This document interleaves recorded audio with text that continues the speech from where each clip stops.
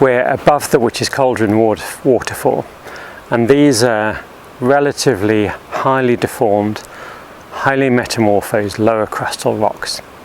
And here you can see what happens when you have blocks of different strengths, different competencies deforming together in the lower crust. So these layered rocks that you can see behind me, these are relatively soft, they deform relatively easily. That big block there that forms your left hand side of the cutting here, that is not very well deformed at all, so that's much harder.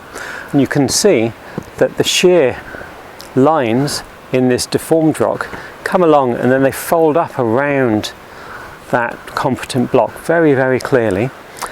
In the edge of the competent block you've got things like rotational boudinage, you've got some tension gashes, which I've talked about in previous 1 minute geologies. So that's showing that it's deforming in a brittle or a semi-brittle manner, whereas this is very ductile.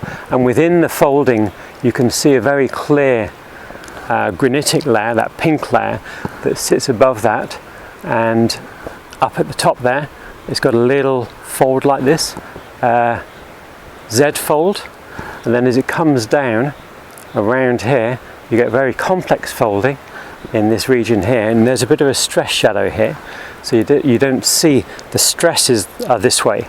The shear is top to the right. The shear is top to the right for you. The centres are that way there, and that's what that Z fold up there shows.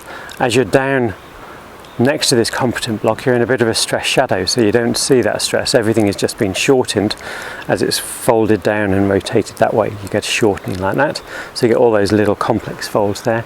And then actually just here you actually get the reverse sense of folding as well in this little bit here. There's a reverse sense of folding, which is because of this stress shadow. It's effectively a turbulent flow system, but at much lower dynamic strain rates.